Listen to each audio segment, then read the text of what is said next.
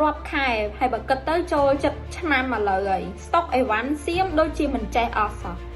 បងប្អូនដែលនៅតែបន្តលក់ឬក៏ទិញទំនិញសៀមយកទៅប្រើប្រាស់បងប្អូនមានគិតទៅដល់រឿងរ៉ាវដែលបានកើតឡើងអត់ថាខ្មែរយើងវេទនាអីខ្លះមិនបានជាចេះតែរស់ខ្វះទំនិញសៀមនឹងមិនបានគ្រាប់ធ្លាក់ក្បែរសាលារៀនគ្រាប់ដែលធ្លាក់ចំប្រាសាទបុរាណខ្មែរប្រជាជនខ្មែរដែលត្រូវរត់ភៀសសឹកគ្មានយប់គ្មានថ្ងៃទីហ៊ានហើយនឹងជនស៊ីវិលដែលត្រូវរងរបួសទីហ៊ាននឹងជនស៊ីវិលដែលត្រូវបានស្លាប់